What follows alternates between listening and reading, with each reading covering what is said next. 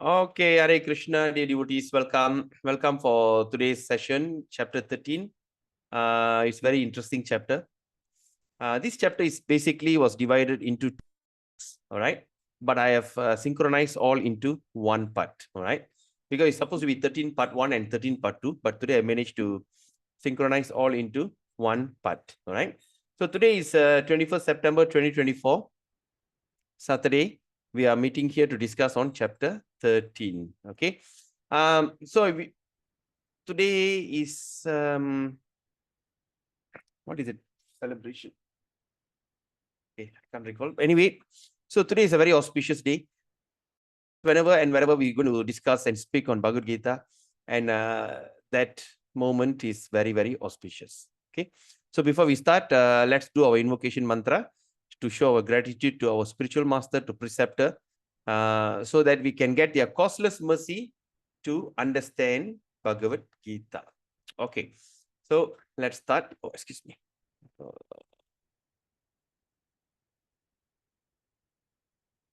Okay. Om Ajnanatimirandasya Gyananjana Shalakaya Chakshurunmilitam Yena Tasmai Sri Guruve Namaha Sri Chaitanya Manobistam Stapidam Yena Bhutale Swayam Rupa Kadamayam Dadati Swaparantikam Vandeham Sri Guru Sri Uttapadakamalam Sri Gurun Vaishnavamscha Sri Rupam Sagarajadam Shahagana Raghunathan Vidam Tam Sajivam Sadvaitam Savaduta Parijana Saitam Krishna Chaitanya Devam Sri Radha Krishna Padan Sahagana Lalita Shri Vishakan Vidamscha He Krishna Karuna Sindhu Dina Bandho Jagatpate Gopesa Gopika Kanta Radha Kanta Namastute Tapta Kanchana Gaurangi Radhe Vrindavani Vrishabhanustute Devi Pranamami Hari Priye Nama Om Vishnu Padaya Krishna Prishtaya Bhutale Srimadi Jayapataka Swami Tinamine Namacharya Padaya Nitai Kripa Pradayine Gaurakada Damadaya Nagara Gramatari Nama Om Vishnu Padaya Krishna Prishtaya Bhutale Srimadi Bhakti Vedanta Swami Niti Namine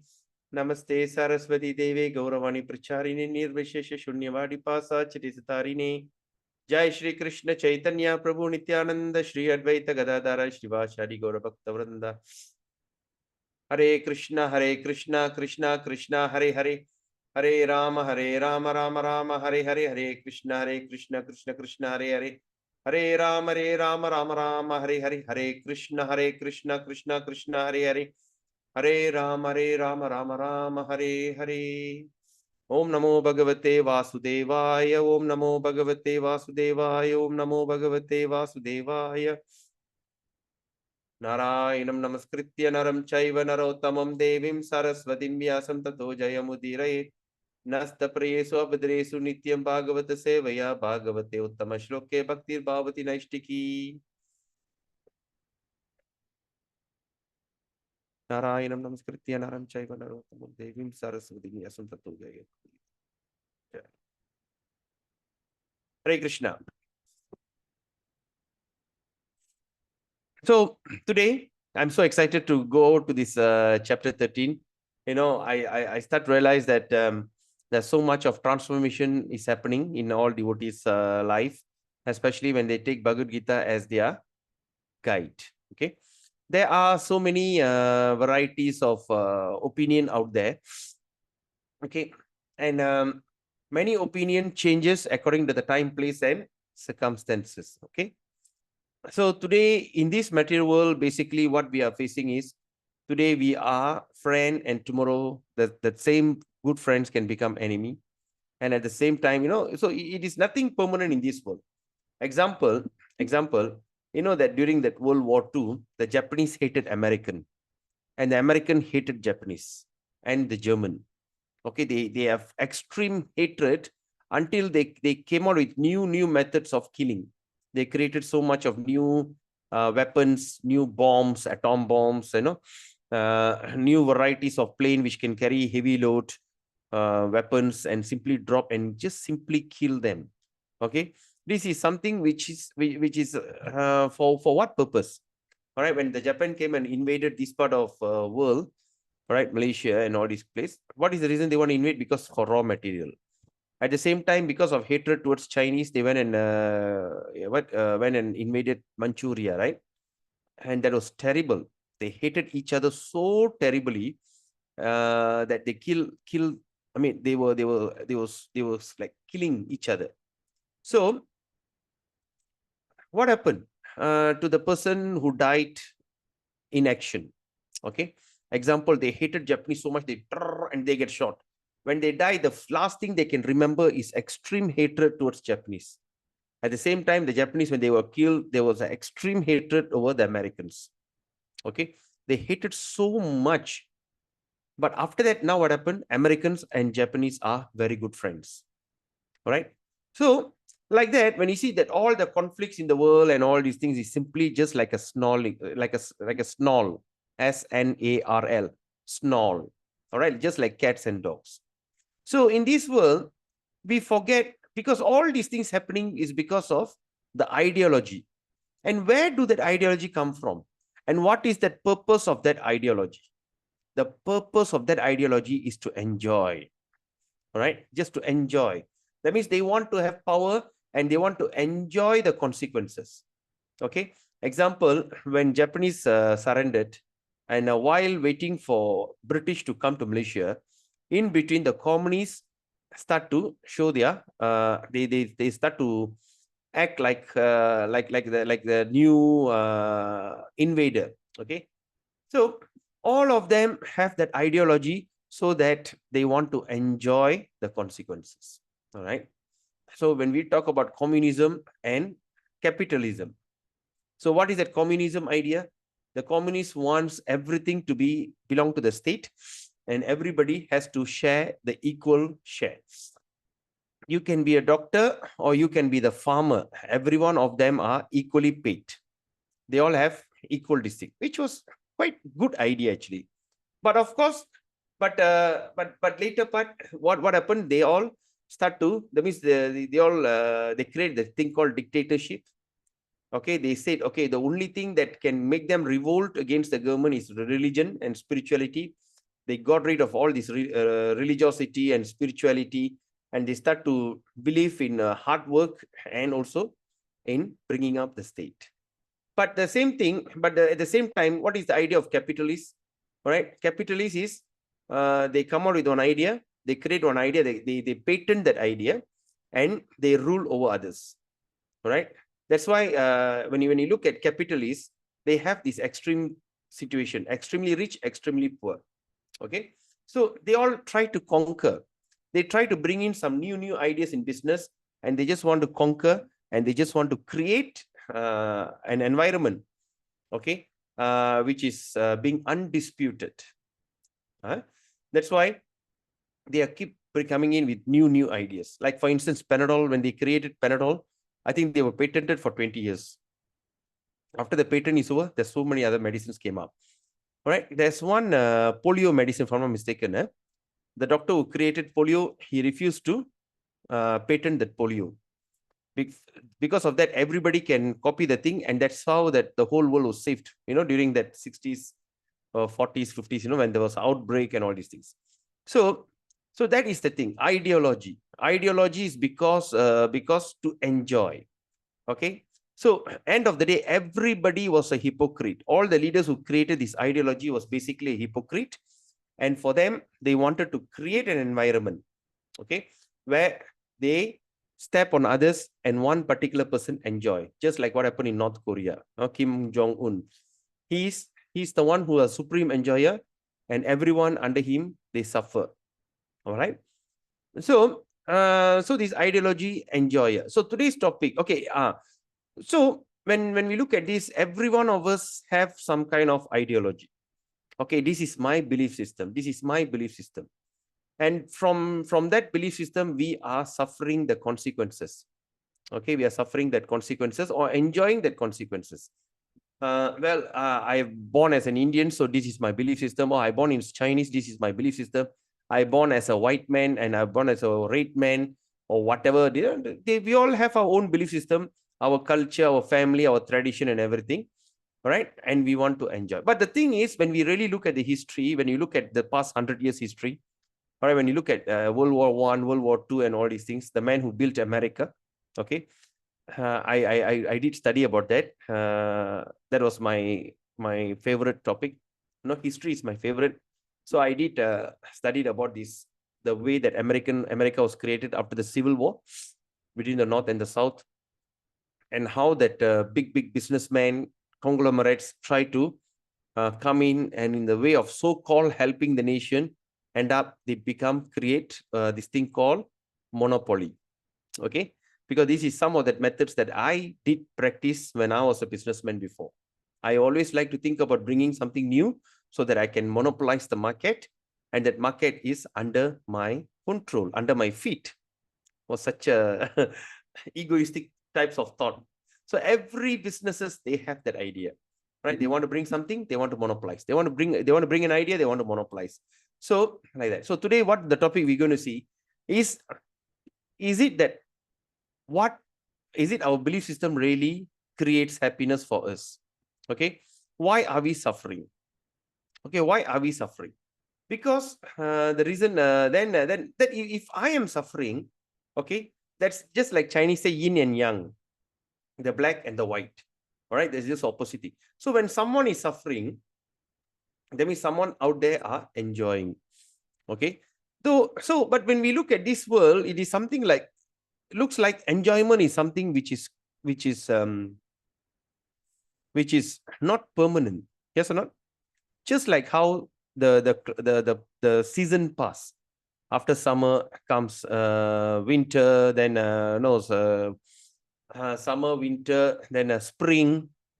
Okay, the spring season starts.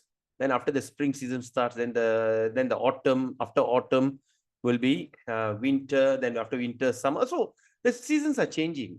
Similarly, our happiness and distress are simply passing by. But the problem is, we always can't remember the happiness that we have gone through, because happiness is very scarce. We are actually not really happy, if you really think about it. I'm not here to create some kind of negativity or to give you some kind of frustration ideology to you. That's a fact. I'm asking you to be a scientist, because this is what we are studying, the book of science. So let's look at it scientifically. In 365 days or 1 year, how many months you're really happy? Okay. In 1 month, how many days you're really happy? In 1 week. Okay. In 1 day, how many hours you're really happy? You think about it. There's always a saying, whenever we have a good laugh, we'll be laughing and laughing and laughing. Usually my grandmother used to say, Romba sirikira nee, aluva pora. What does it mean? You are laughing a lot. You're going to cry, right? So something, when you see people are happy, excited, laughter and all these things, we know the elders usually used to warn us, okay, you are laughing too much. Don't laugh a lot. You're going to cry. That means that something is bad going to happen. Because that's a fact. To be happy in this material world, it is something very scarce. All right. We are just given a little drop of happiness. All right. It is just like how the way that the British came to India. What was the idea they created? They took up all the people from that outcast and all these people, and they start to give them alcohol. When they start to drink alcohol, that means they just do all the things just with little drop of alcohol. When they start to get drunk and they're feeling so different, they feel like so respected, and they decide to revolt against the system. Okay, so we are only given a few drops of nectar in the ocean of misery. In the ocean of misery, we are just getting few drops of nectar, and that nectar convincing us that there is still something great that we can look forward in this material world. All right, but here it is something which is not really possible. All right, to be happy in this material world is not really possible. So today, the topic that we're going to discuss is the nature, enjoyer, and chapter 13.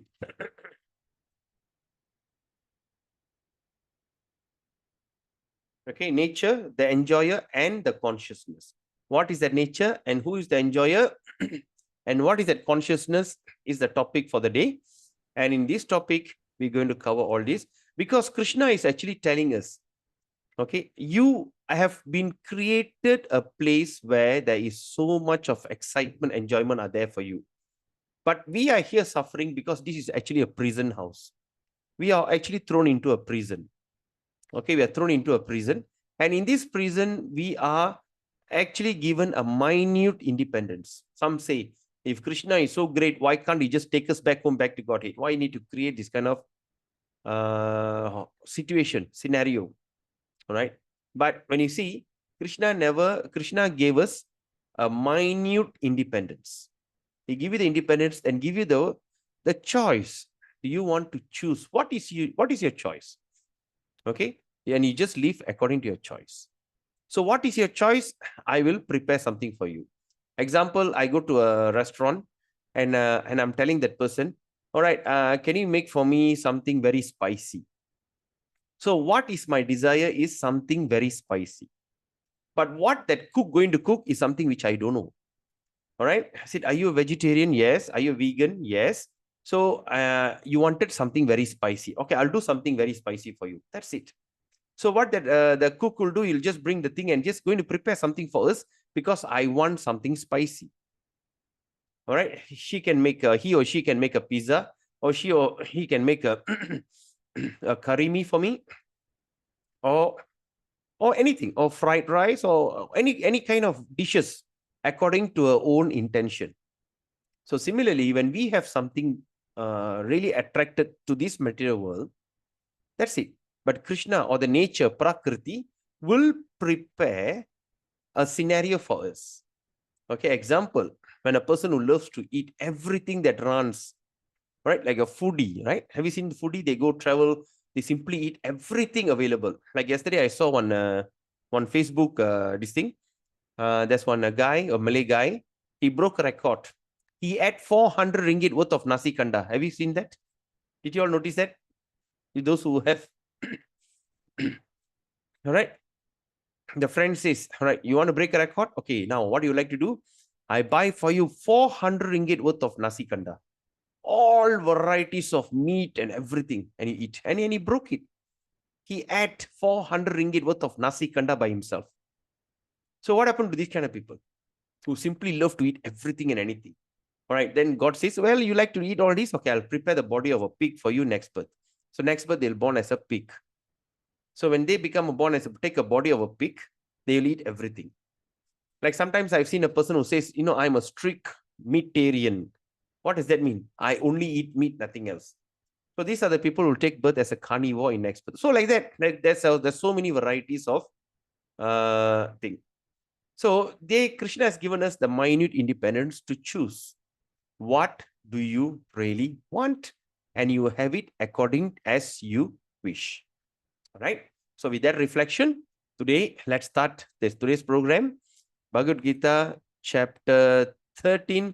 All right. It's very interesting and exciting chapter. Right. Sure. All right.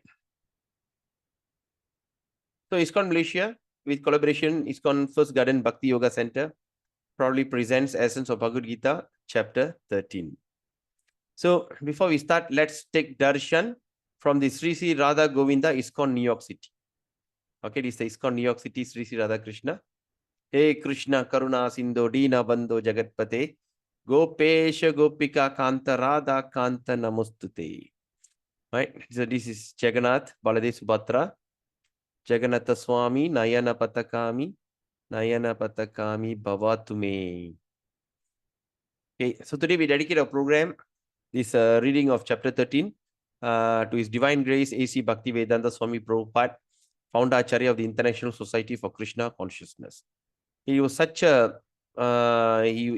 he sacrificed himself to bring the knowledge where the whole world can rejoice and can be happy in the service of Sri Krishna. All right, let's look at understanding the Gita. Okay, so the Lord, okay, what is understanding the Gita? Okay, like now Rusan Mataji is all coming, first time coming. When you start to read Bhagavad Gita, you must read that 30 pages of introduction. When you study that 30 pages of introduction, that's when you understand what you are expected to learn and study in Bhagavad Gita. All right. So I'm just taking some of that cutout just to discuss on this before we go to that subject. So in introduction of Bhagavad Gita, the Lord further says, Abhyasa yoga yuktena chetasa nanya gamina paramang purushang divyang yati partanu chintayan. That means he says, he who meditates on me as the Supreme Personality of Godhead, his mind constantly engaged remembering me, undeviated from the path, he, O Arjuna, is sure to reach me. Krishna says in Bhagavad Gita chapter 8, text 8. This is not a very difficult process. However, one must learn it from an experienced person. It's a simple process, but you have to learn it from an experienced person. Tat vijnanartang sa gurum eva bigachet. One must approach a person who is already in that practice.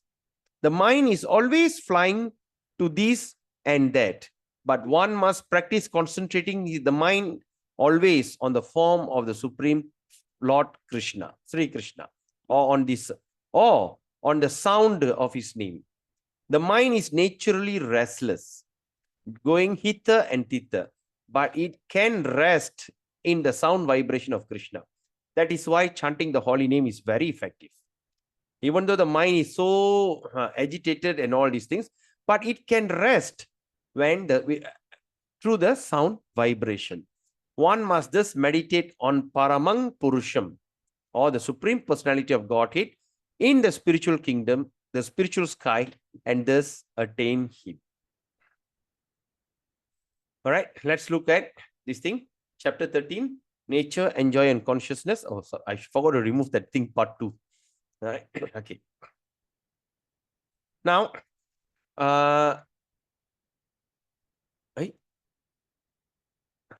oh my God, I got a wrong. Sorry. Just give me a second. This is a wrong slide. Wrong slide. Okay, let me get the slide.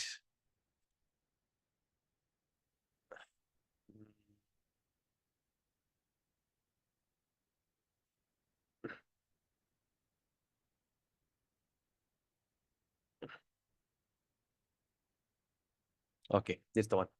All right. So today we dedicate our program to His Divine Grace, A.C. Bhaktivedanta Swami Prabhupada, Founder Acharya of the International Society for Krishna Consciousness.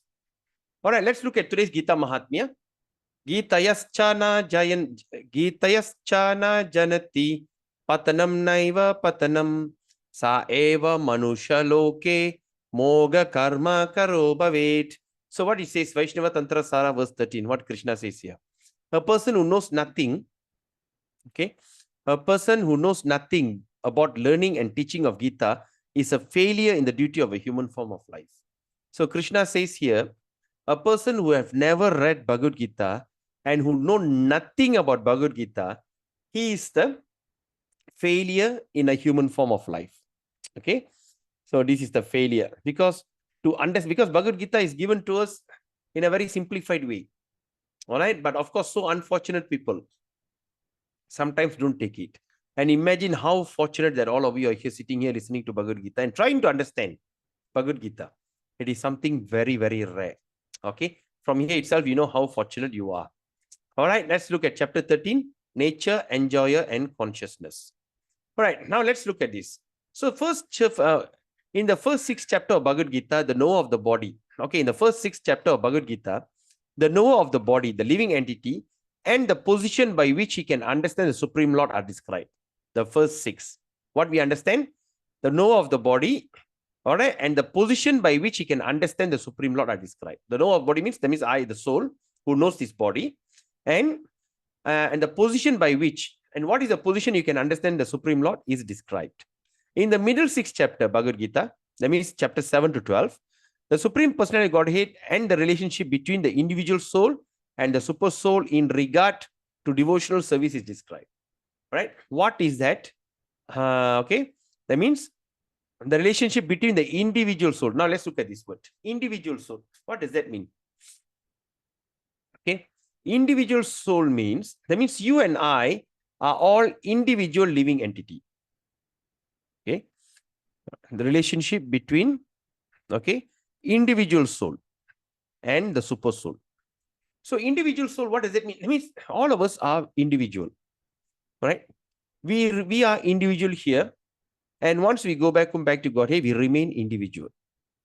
Okay. There's no such thing that all of us are merged into something and become nothing. Or all of us are one. There's no one of us are one. Even when you take 10 people put into one place, they cannot come up with their own, singular ideology. They have their own ideas. All right. So even say if you have children, you have 5 children or 4 children, even all the children will have their individual ideology. Right. So there's no one is one. Everyone is one. It is a very bogus philosophy. Okay.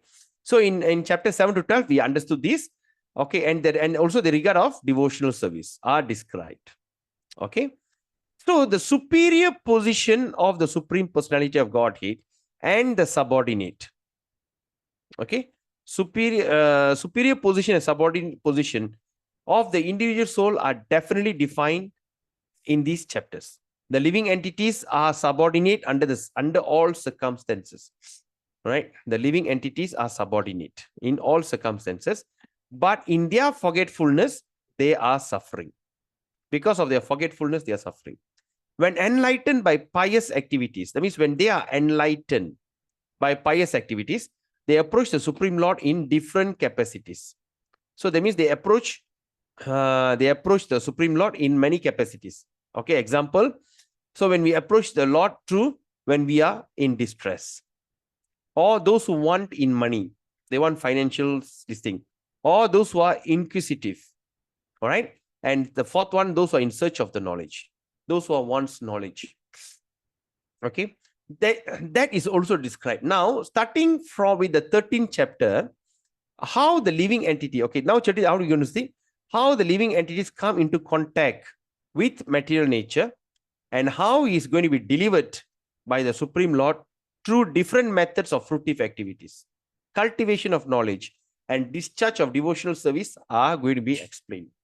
All right. So, in other words, the first 6, the second 6, and the third 6. So when you see all these things, the middle 7 to 12 is the confidential part of the knowledge. Okay. So now we're going to understand how we're going to be delivered. How we're going to deliver means how we're going to escape this situation through different methods of fruitive activities. That means while we are enjoying our fruitive activities, or through the cultivation knowledge and the discharge of devotional service. Okay, let's look at 13.1. Arjuna vacha prakritim purushang chaiva kshetrang kshetranyang evacha etat veditum ichchami jnanam nyeyam cha keshava. Now Arjuna said, "Oh my dear Krishna, I wish to know about Prakriti." Now he wants to know about Prakriti nature. Purusha, the enjoyer, and the field and the knower of the field, and the knowledge and the object of knowledge. What does that mean? So now Krishna is asking, first he asked how to see how you entered into every atom. Then we saw the universal form. Okay, then after that, Arjuna asked, who are you, Krishna? What is your mission? What we supposed to do? Then he explained about devotional service. All right, that is chapter 12. But now when you come to chapter 13, now Arjuna is putting on a new question. So what is the question? He asked, I wish to know about Prakriti. Prakriti Purusham Chaiva. That means first he wants to know about Prakriti. Prakriti means nature, the nature that we are living in. Purusha means the enjoyer. That's why in Tamil language, we call husband as Purushan.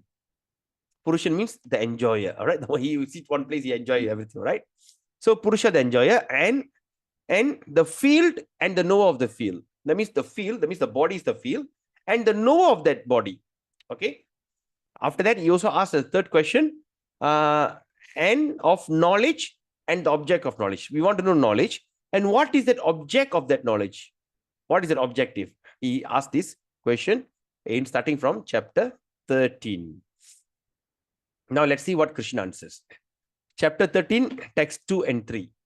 Shri Bhagavan Vacha Idang Shariram Kaunteya Kshetram Ityabhidiyate Etat Yo Veti Tang Prahu Kshetranya Iti Tadvida Kshetranyang Chapi Mang Viddi Sarva Kshetreshu Bharata Kshetra Kshetrajnayorjnanam Yattajnanam Matang Mama. What he says? Krishna says, the Supreme Personality of Godhead said, this body, O son of Kunti, is called the field. Okay, I just get for you this thing. Okay, that means he says this body, okay, okay, that means he says this body, okay, O son of Kunti, is called the field. The body is called the field. Okay, are you all following me?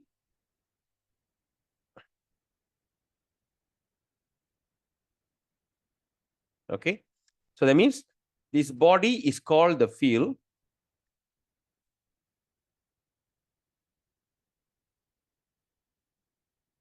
Okay, and one who knows this body, okay, the one who knows that body is called knower of the field. So far, so good. Okay, that means Krishna says this body, okay, is called the field, and one who knows this body is called knower of the field. Okay, now then after that, O scion of Bharata, you should understand that I am also the knower of all bodies. Okay, and to understand this body and its knower, that means to understand this body, okay, to understand this body and its knower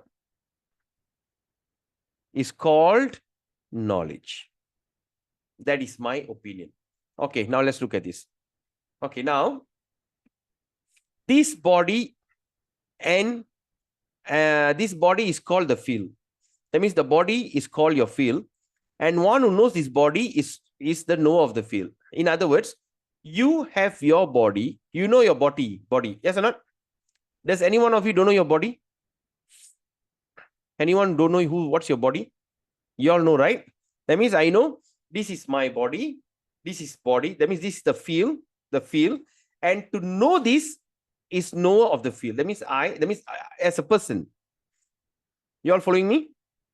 But after that, Krishna says, I am also, okay, what he says is, I am, that he said, you should understand, I am also the knower of all bodies. What does that mean? That means he knows every body. Satya Manusya, he knows every body. I only know my body, but Krishna knows everybody. Okay. Then after that, he says something very interesting. What is that? He said, to understand this body, first to understand this body, what this body made of, the 5 elements, the 3 subtle elements, and this. Then after that, he said, okay, to understand this body at its know is called, to understand this body, all right, and its knower. What does it mean, knower? The one who knows all the body is called knowledge. That means the one who understands all body is Krishna. This is called knowledge. Okay. Hope you all are not confused. Anyone? All good?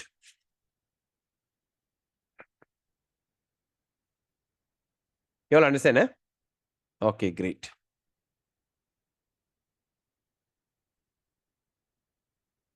All right. Great. Okay, now let's look at this. Example, the example that we create is like this. Okay, tenant and the landlord. See, I move into this one house. What I know? I only know about this one particular property. Okay, I only know this one particular property. But the landlord who owns all this row of houses, he knows every house. But I am an individual who only rent one property. I only know about this house, but the landlord knows every house. Okay, so that's what we are trying to explain, the verse trying to explain. All right, or example, like another example is the farmer knows his land. The farmer only knows about his land, but the king knows all the land. He knows all the land in his kingdom, but the farmer only knows about his one particular land. Okay. Now when you look at this, so the 5 great elements, okay, the 5 great elements are called Mahabhuta. The 5 great elements: false ego, intelligent and unmanifested. All right. And the 10 senses and the mind, the 5 sense object, desire, hatred, happiness, distress, the aggregate, the life symptoms, the convictions, all these are considered in summary to be the field of activities and its interaction.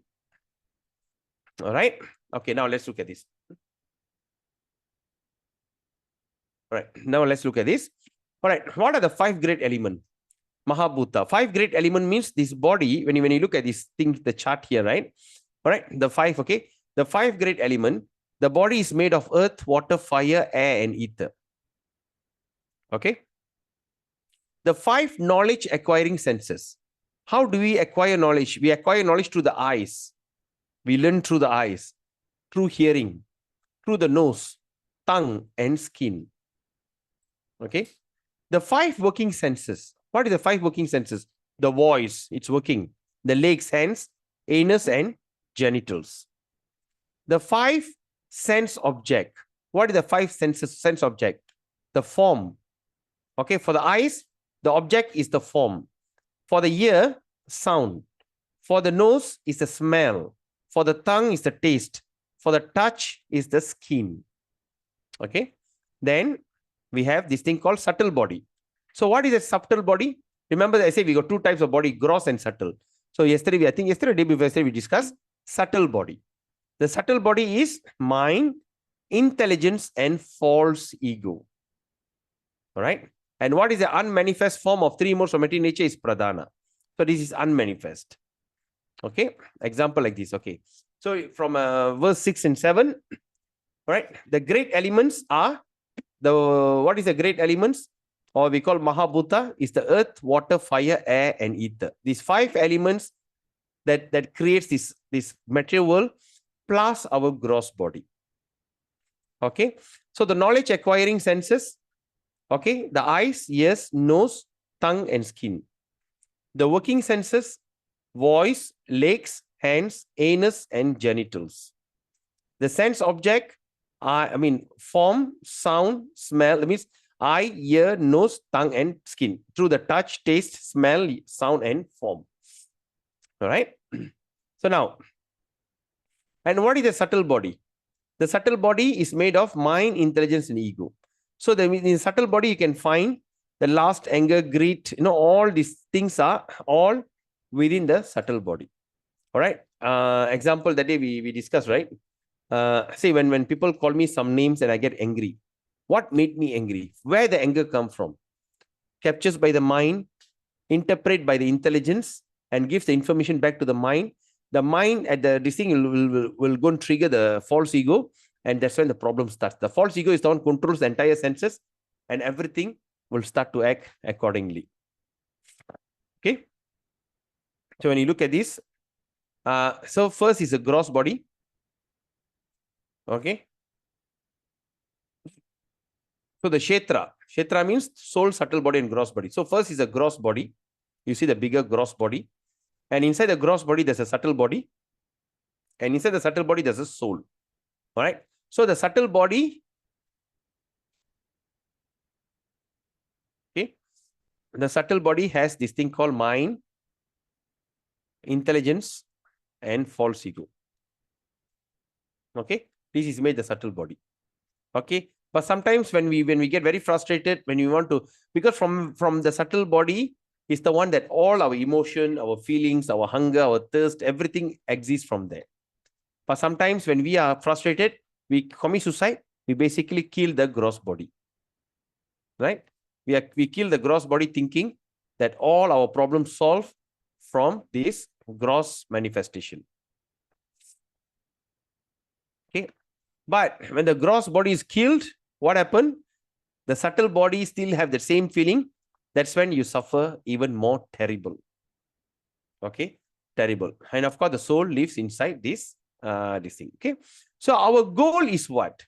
So our goal is basically is to get rid of this situation so that we start to practice our spiritual life, devotional service, right? By purifying our what they call our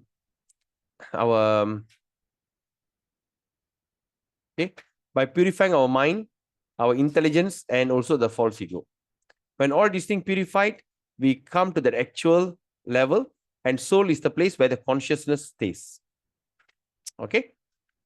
All right. Now, okay, because we have discussed about this, so I just passed through. Okay. Now, let's look at verse 8 to 12. Catalyst of Bhakti. 19 qualities of Bhakti. What is the 19 qualities? When we want to practice Bhakti, what are the, we must have these 19 qualities. That means number 1, humility, pridelessness, non-violence, tolerance, simplicity, approaching a bona fide spiritual master, cleanliness, steadiness, self-control, renunciation of the object of sense gratification, absence of false ego, the perception of the evil of birth and death, evil of birth, death, old age, and disease. That means we understand perception, detachment, freedom from entanglement with children, wife, home, and the rest, even-mindedness, amid pleasant and unpleasant event, constant and unalloyed devotional to me, constant and unalloyed devotion to me, aspiring to live in a solitary place, detachment from the general mass of people, accepting the importance of self-realization, the philosophical search for the absolute truth. All this I declare to be knowledge. And besides this, whatever there may be is ignorance. That means beside all these 19 qualities, others are considered ignorance. All right. So now, if one takes to devotional service to Krishna, service in full, if one takes to devotional service in full Krishna consciousness, the other 19 items automatically develop within him. All right. Now let's go back to that 19 items. Now I am going to highlight this now. See, what is that 19 items that we have learned? Okay. Okay. Number 1. Okay. First is humility. Okay. Humility. Second is pridelessness. Okay. Be no pride.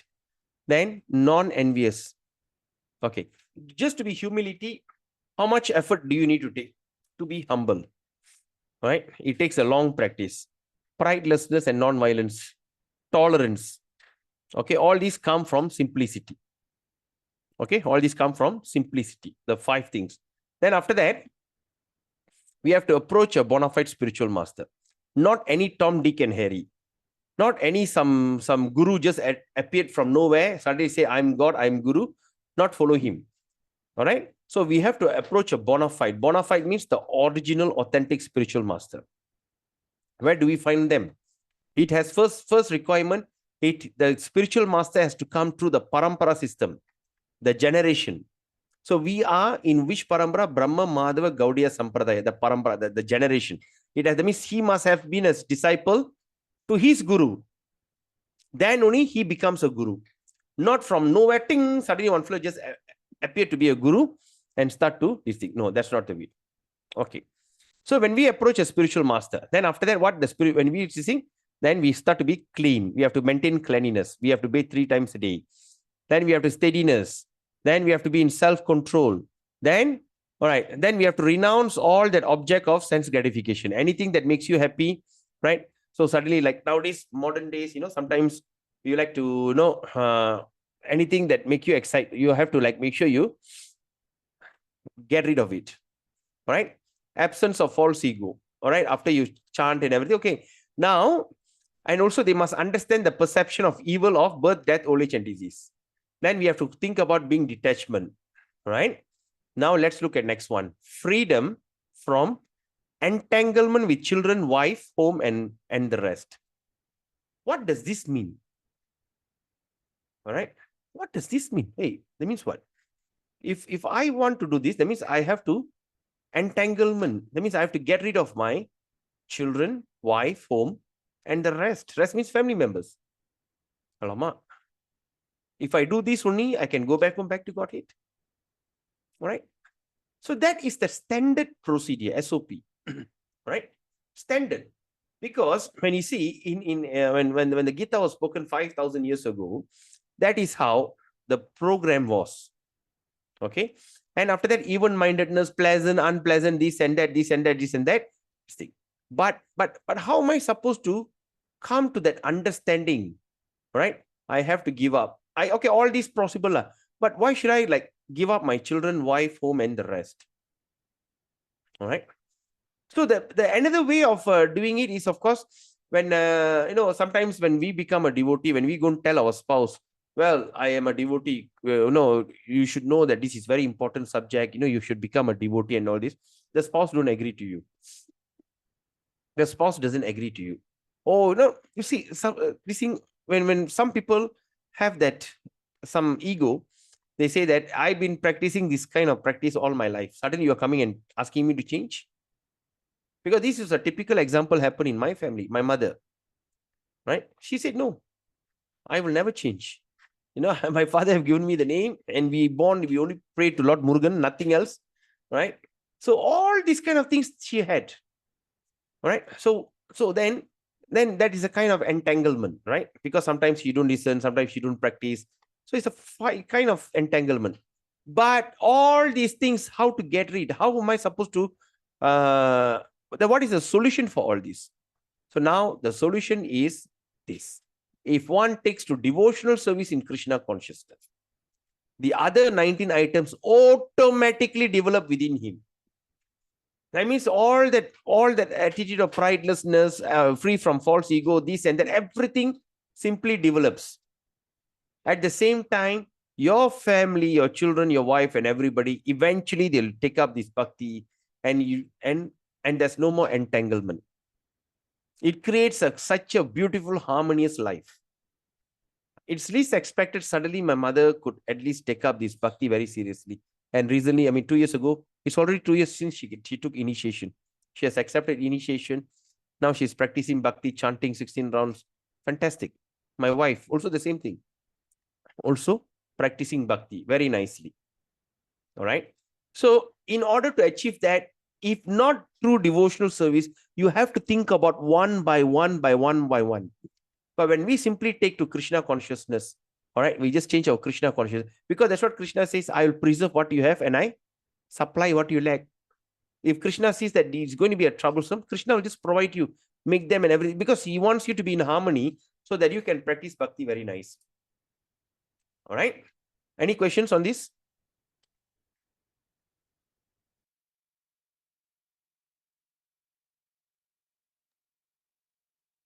Any questions? Understand? Okay. Now, then we look at the exclusive devotion, what Krishna says.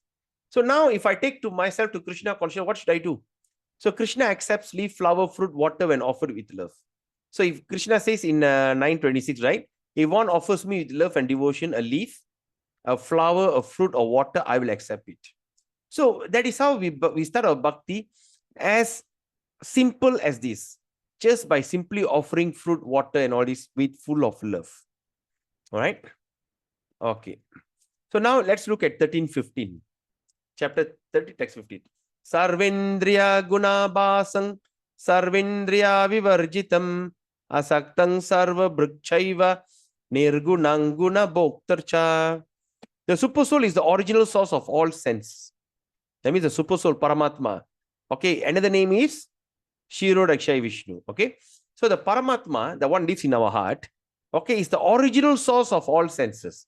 He's the original source. And yet he's without senses. Even though he's the original, and yet he's without senses. He's unattached. Although he is in the maintainer of all living beings. Even though he maintains everything, he's unattached. So in other words, despite he knows that you're doing the wrong thing, he never get attached to you. All right? He's there as the master of senses. By the same time, is detached from your decision. You decide, he just simply fulfill your decision. All right. He transcends the mode of nature. That means even though you can be in the mode of ignorance, but he is not in that mode, even though he's within you. He transcends. And at the same time, he's the master of all the modes of material nature. He's the master. 13:16. Bahir antascha bhutanam acharam charam evacha shukshmatvat tat avijneyam durastam chantike chatat. The supreme truth exists outside and inside of all living beings, the moving and the non-moving. Because he is subtle, he is beyond the power of all material senses to see or to know. Although far, far away, he is also near to all. Can anyone explain what does this mean? From what we have studied, I think, few days ago.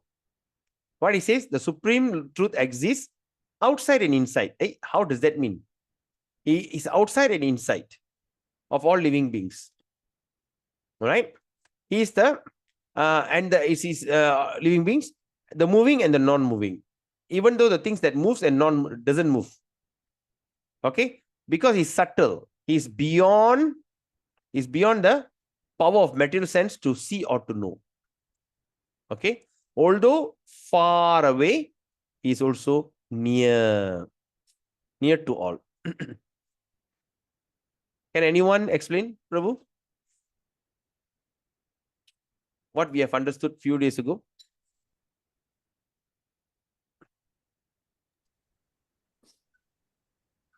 Yes, Vaishnava. Prabhu. As a Chaitya Guru. Sorry, Prabhu. It's inside your body. Mm-hmm. But antas means internal. Internally, it's a super soul. Okay. Who is your Chaitya Guru? And okay. It's also your Guru by a Supreme Diksha Guru. Diksha, no, I mean, what is it, Prabhu? The spiritual master. Yes, Diksha Guru. Diksha Guru. Diksha Guru, yeah, okay. And then he's nearby and also far away. He stays in Vaikunta, Prabhu, but his energy is acting everywhere. Okay. So he's near as well as far away. Okay. Krishna is referring to which Vishnu? Localized Vishnu. Yes, and what do you call that? You said that day, localized Vishnu. Yeah, what is the name for him? Shiro Dakshai Vishnu. Yes, fantastic. Shiro Dakshai Vishnu. Everyone remembers that? Yes, Shiro. Yes. Arul Prabhu, everyone? Do you remember that? Okay, now let's look at this. Okay, this is how it works. First of all, what Vaishnava Kripa Prabhu said, also right. He's inside and outside. He's inside as Paramatma or Chaitya Guru, outside as Diksha Guru. Fair enough. But here, the supreme truth is also exists outside and inside. Okay? And Vaishnava Kripa Prabhu, the word to consider is of all living beings. He's not referring to human being. He's referring to all living beings. So, what does that mean? Shiro Dakshai Vishnu, all right, now when you look at this photo here, Shiro Dakshai Vishnu from here, okay, from Garbo Dakshai, he came Shiro Dakshai. Okay? You got it? This Garbo Dakshai who's lying down. Are you all following me, everyone?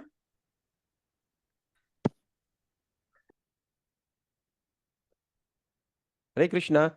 So this is Shiro Dakshai Vishnu.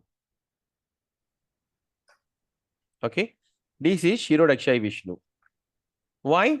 He's lying on a snake bait. Okay, at the bottom of earth. Are you all following me? Just can put thumbs up or whatever. Say yes, no. Yeah, Prabhu. Okay, good. So he's here. So from Shiro Dakshai Vishnu up there appeared Lord Brahma. Yes or not? From Garbo Dakshai Vishnu came appear, Prabhu. Okay.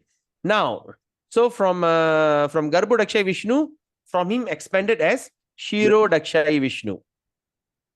All right. The Shiro Dakshai Vishnu got 3 characters. Number 1, lives in our heart as Paramatma. Everyone following me?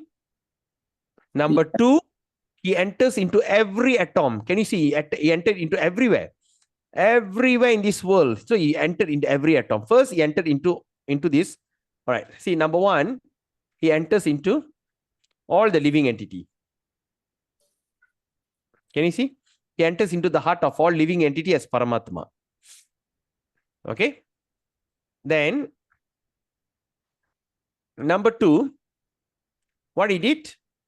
Number two, he entered into all. Yeah, what is this? Okay. He enters into all atom. Every atom in this universe. All right. Yes or not? Can you see? He entered into every atom. So because of that, all the atoms are functioning. Okay. Can you see the function here? Like when you see the neutron, proton in every atom, it start changing, right? It's moving. So what does that mean is, so now he exists outside as in every cell and he living inside as a Paramatma. That inside. So far, so good? Yeah, Prabhu. And he says in all living beings. Okay, number one. Then after that, he is also in the moving and non-moving. Moving means we as a human, we move. Non-moving means like a stone or like the tree, non-moving. All right, he's there. All right. And because he's so small, so subtle, because he lives with the soul is 1 divided by a tip of the hair divided by 10,000 times. That's the size of the soul. And he's even smaller than that. He stays there to watch over you. All right, as Paramatma. So because he's so subtle, he's beyond the power of material sense. He cannot be understood. We cannot see him, cannot hear him, and all this through our material senses. Got it? And at the same time, although far, far away, but he's also very near in the heart. You all get it, Prabhu? Matajis? Everyone follow me? Yeah, Prabhu. Very nice. If anyone don't understand, please ask me. Prabhu, This is that day, Prabhu, when I said the word Paramatma, I said, no, say Zero Daksai Vishnu. What's the difference between Paramatma and then the other? There are 3 phases of Paramatma. What are they, Prabhu? All right. Just take you as an example, Prabhu. Yeah, First, you are a doctor. yeah, But at the same time, you are a royal physician. yeah. Prabhu.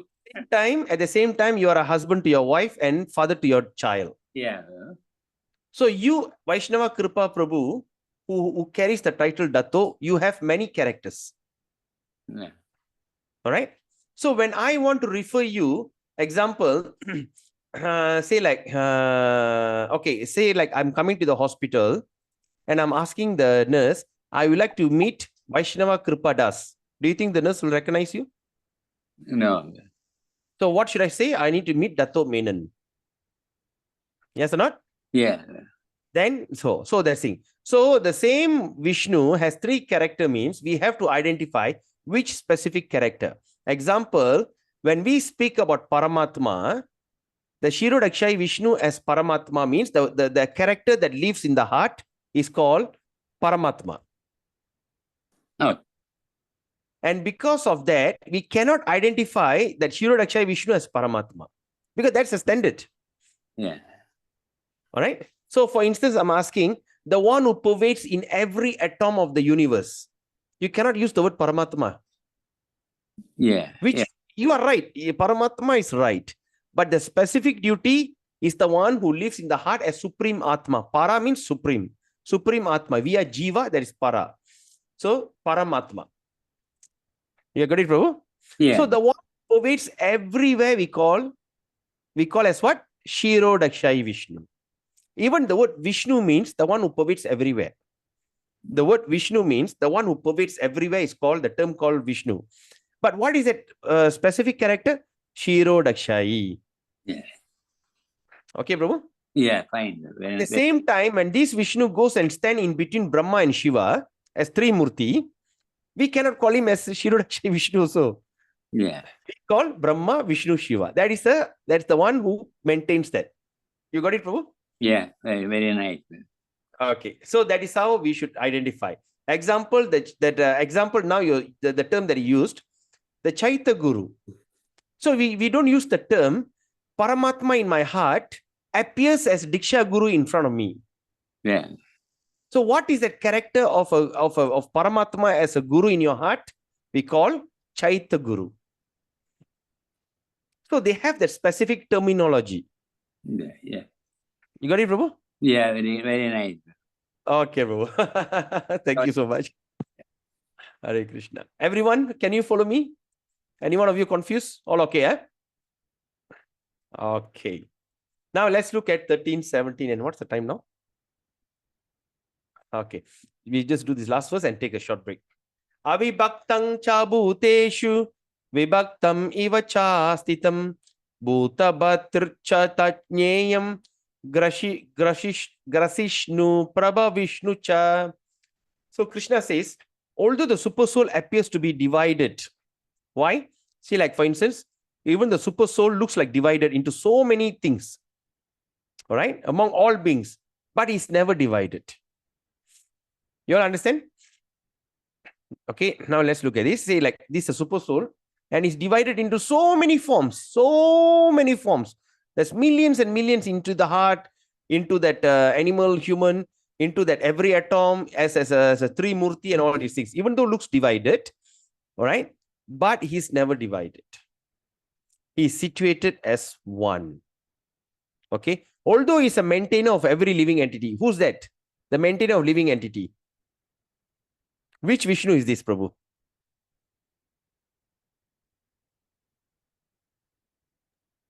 Shirodaksha Vishnu. Yes, as a Shirodaksha Vishnu in what character? Localized Vishnu. Exactly, that three Murti Vishnu, Shiva, Vishnu, Brahma. Okay, Yeah. very nice. So, although he's the maintainer of every living entity, it is to be understood that he divorces and develops all. Okay, it's also understood that he divorces and develops all. That means he also destroys and also creates again. Okay, so that is the thing. Although the super soul appear to be divided. Okay, example, when we take fire, okay, a source of fire, from that fire we light up a candle, and from that candle we go on light up thousands of candles. Okay, so that means one particular source of fire has been developed into 1,000 candles individually standing. Okay, the flame in that fire all looks separated, looks different, but they are always the same fire. You get it, Prabhu? Anyone? Everyone get it? All right. So yeah, it looks like divided. Oh, it's everywhere, but it's still the same. Example, just like the fire, from the main fire, I light up 1,000 candles. It looks like all the 1,000 candles all look so different, but the flame in that candle, it's all same. That's what Krishna says. Although he looks like divided, but he's never divided. Okay, he's situated as one. So this is how the Mayavadi will manipulate, right? So that means if everything is like that, that means the same thing happened to the soul. So even though you and I are all different individual, but in reality, all of us are same. That is that Mayavadi philosophy. Everything is one. No, it doesn't work that way. It is because Krishna is omnipotent, omnipresent.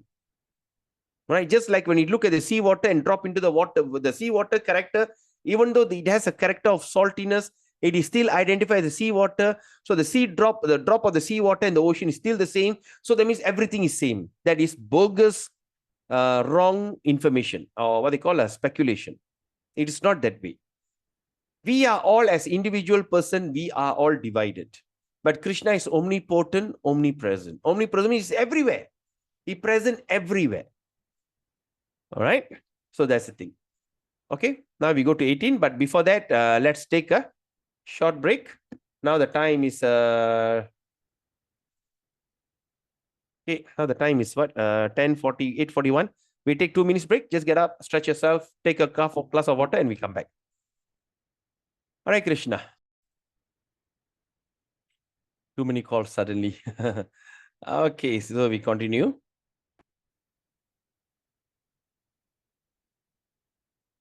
Okay, so now we understand. Huh? So now let's look at 13:18. See what Krishna says. Jyotishang apita jyotis tamasa parang uchyate jnanam nyayam jnanagamyam hriddhi sarvasya vishtitam. He is the source of all lights in all luminous object. Right? He is the source of all lights in luminous object. He is beyond the darkness of matter and is unmanifested. He is knowledge, he is object of knowledge, and is the goal of knowledge. He is the situated in everyone's heart. All right. So what we can understand from this? All right. So what we can understand? Let's look at this.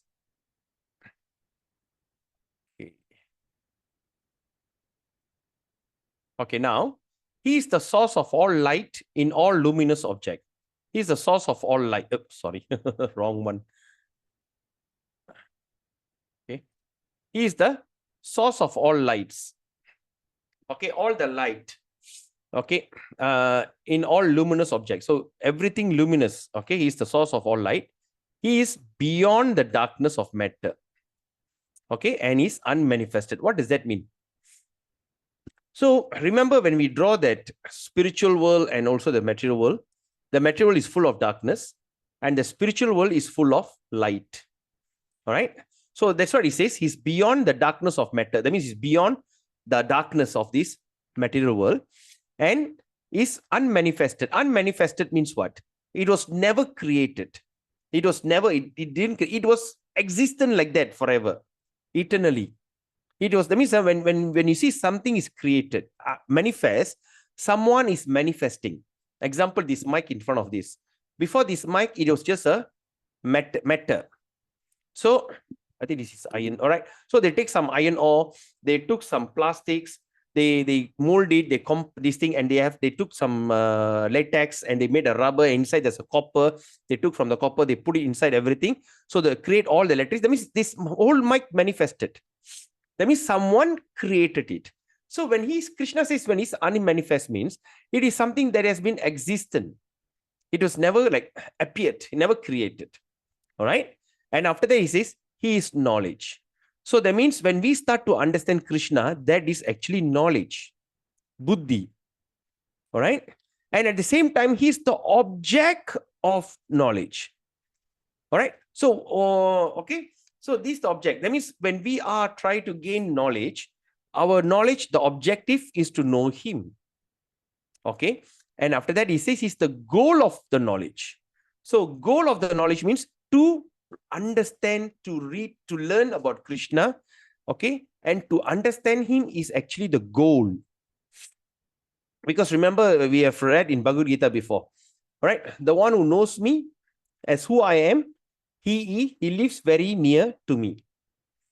Okay, do you all remember that verse? Right? So, at the same time, he is situated in everyone's heart. He is situated in everyone's heart, including animals. When you see a stool, and inside the stool, you see a small worm, ding, ding, ding, inside the stool. Why the worm is moving in the stool? Because there is a consciousness, there's a soul there. And beside that soul, there is also Krishna lives there as Paramatma. So that means he's everywhere, means he basically everywhere. There's no distinction. He only stays in something very clean and he's not staying somewhere unclean. No, he's everywhere. Right? He's in everyone's heart. Okay. Now, 19.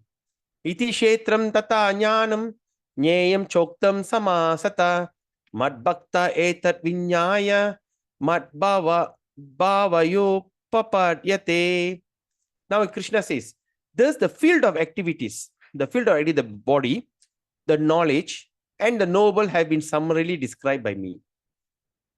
You all get it?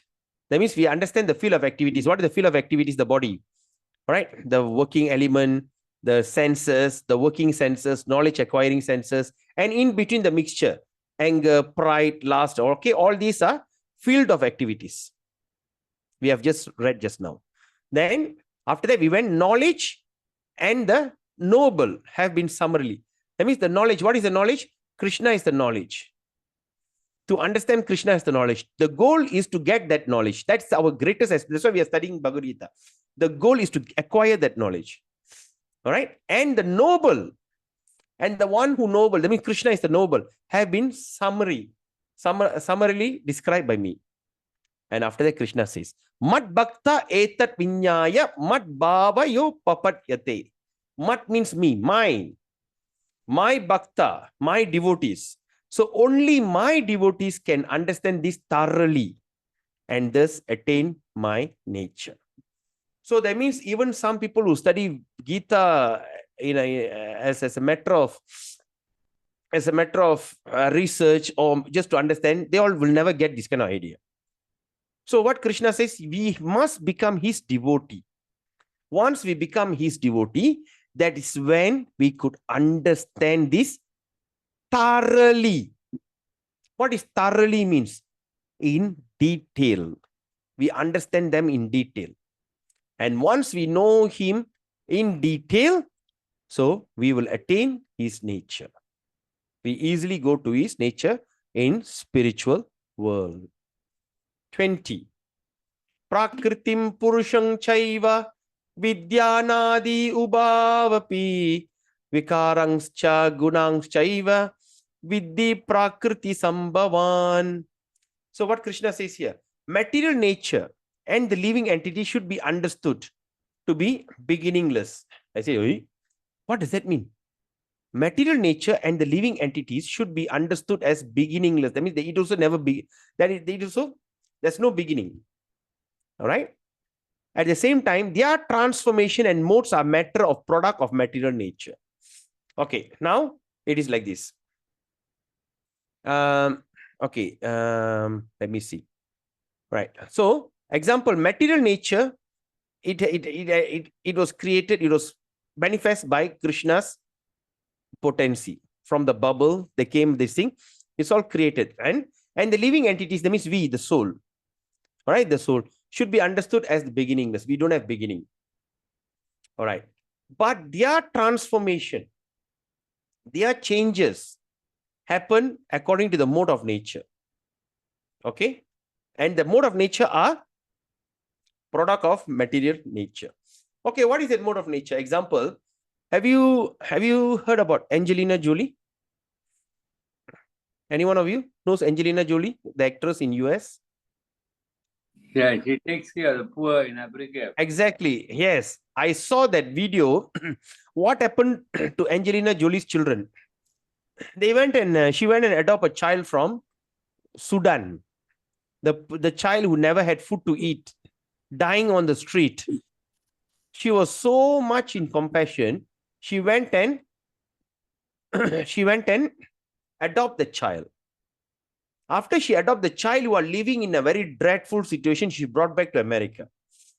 Today, the children look so different.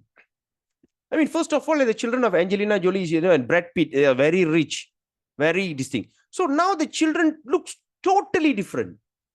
They don't have a look of being born from the slump of Sudan or Congo, and all these people have no food to eat and they're dying on the road. You see, so pity, he took the child and brought back to America. And today they're different. So what has gone? So what has the transformation happened? Where the transformation happened? That is according to the mode of matter. That means she has taken out from that a terrible matter, brought them to this thing. And now the child looks so different. Right? So these matter are the product of material nature. So this matter is the product of material nature. So what is that product of material nature? We're going to study in this chapter onwards. So this is what, okay, just to summarize. So Krishna is divided into three. First is Krishna's external energy called material nature. All right. What is that? Another name for material nature? External energy. What is the another name? Can anyone tell me? Mahatattva, bro. Huh? Mahatattva? No. Not. Oh, Mahatattva. Okay. Another name. In English. Material energy, bro. Yes. What is that? Another name of material energy. Prakriti. Okay. That is Sanskrit. Bro. Huh? Prakriti. Yeah, I understand. There's another name for external energy that we have read yesterday, even in that the description of the chanting. Inferior energy. Very good. Fantastic. So the another name of this material nature or the external energy we call inferior nature. We must understand this because this is what the word that Prabhupada will be using. Right? So since you all studied very scrutinizingly using through this Gita Gyan program, when you come here, you can still reflect back. You always have to reflect back what you have learned, right? So external energy is called also the inferior energy. And he got another energy which is called the superior or personal expansion, Krishna, super soul. This is called the superior. All right? Superior energy. I mistakenly used the word. I should have asked you, what is that another energy? Superior energy. So on the extreme here is material nature, which is inferior. And the extreme side of other side is called superior energy, the spiritual energy. But we, the living entity, are in the middle of these two. So when we are middle of these two, we call as marginal energy. So the living entity is called marginal. Is my background noisy? No, Prabhu. Oh, very good. They are playing crackers because I set the mic in such a way that it doesn't take background noise. Okay. So now, oh my God, what is the festival? They're playing crackers now. So anyway, so that means we have these three energy, the inferior, superior, and also marginal. Why we are called as marginal? Because we are the energy of, we have the superiority, that means the energy of the spiritual energy, but living in material body. So we are called as marginal energy. Okay. Now let's look at 21. Karya karana kartritve hetu prakritir uchyate purusha sukha dukkhanam bhoktritve hetur uchyate. 21. What it says? Nature is said to be the cause of all material cause and effects. The nature is said to be the cause of all material causes and effect. Okay. Whereas the living entity is the cause of various suffering and enjoyment in this world. So that means the nature is said to be the cause of all material causes and effect. So all the material causes, okay, like suddenly, like, there'll be a drought, there'll be a sun, there'll be a, what they call, there'll be the season all changing. All right. Nature is the cause of all material causes and effect. Earthquake, volcano, the nature. But the living entity, that means we as a human being, is the cause of various suffering. We are the one causing all kind of suffering and enjoyment in this world. Through how? Through all these five senses. All right. So we are the one who create. That means the nature is like that as it is.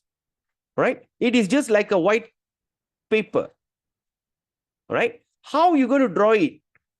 How are you going to paint your life? You enjoy and suffer accordingly. But the nature is as it is there. 22.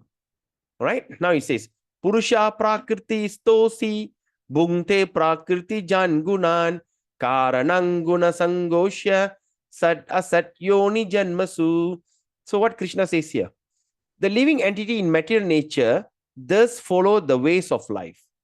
The living entity in this material nature, that means the living entity in this material nature follows the ways of life. They follow the way of life according to that thing, enjoying the three modes of nature. They enjoy the three modes of nature. This is due to his association with that material nature. That means through the association of that material nature, the living entity enjoys and suffers. Thus, he meets with good and evil among various species. There are so many species of life, but in every species of life, there is something good and evil. Even in human being also, we have good human being and evil human being. Like that in every aspect, everything. So according to that, we are exposing ourselves to according to that specific kind of nature. There are total 8.4 million species of life. All right, 8.4 million species from as low as the ant up to the human being. There are so many types of varieties of species. All right, but because of his association with that material nature, accordingly, he meets with whatever good or bad. Okay. So what is the next life? How do we determine our next life? Our next body is decided based on our desire. Right? Okay. Example. Okay, now I want to ask you a question. I think I've asked this question before, but of course we have Rusan Mataji and also this another one, Samantha. Okay. Shanti, Samantha, right? They are new people. So I'd just like to say about it. We got 6 senses. Right? When we look at that, we look at that living entity under the earth, like the cockroach, like the worms and everything, 1 sense. Right? The stones and everything. Stones, that's non-moving stones and all the living entity, 1 sense. 2 senses is the one living entity under the thing, like worms, cockroaches, and all these 2 senses. 3 senses are the plants, and the trees got 3 senses. The 4 senses are basically like the birds. The bird and all these got 4 senses. The 5 senses are the animals, the 4-legged animals, carnivores and all these things. They have 5 senses. And we, human being, got 6 senses. So what is that 6 sense for?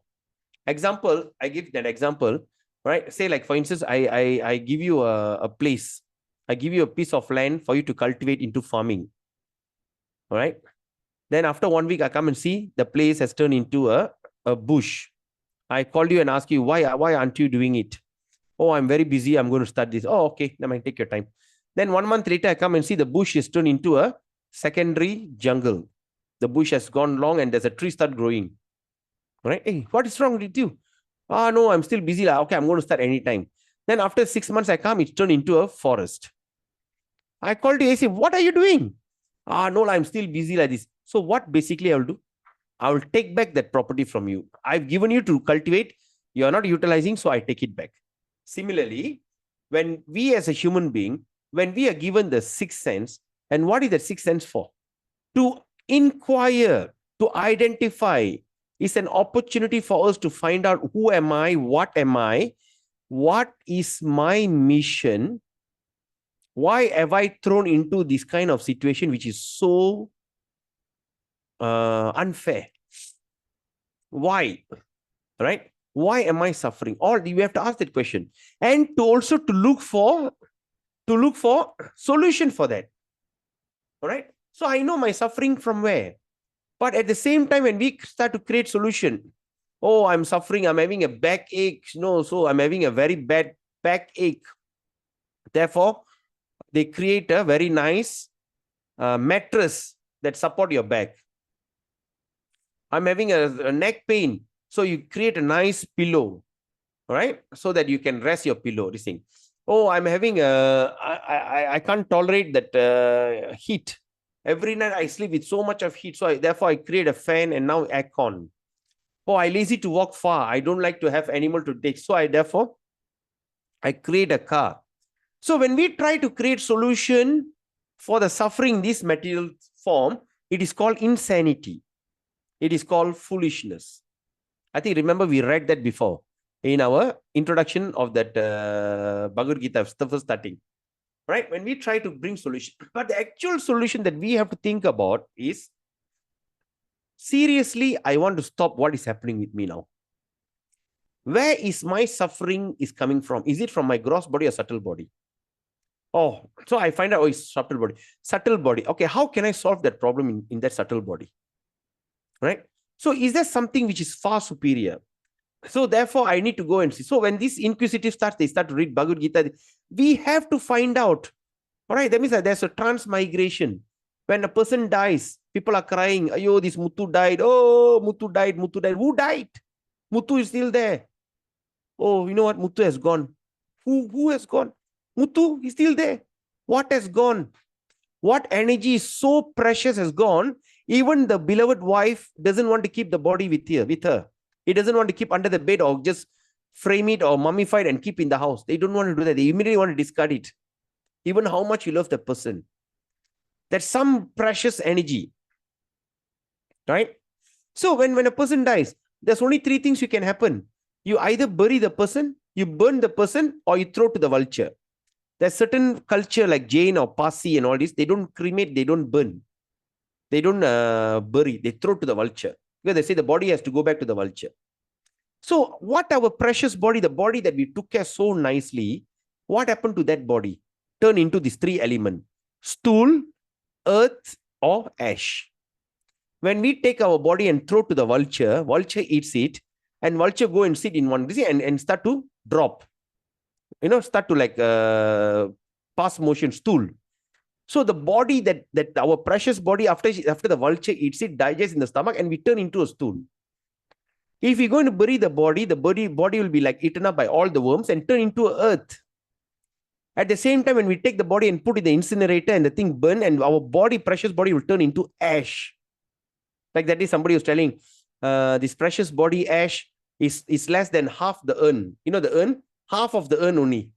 It's not only the full, it's not even full urn. It's only half. Padi pane in it. Padi pane ki adichik narangla.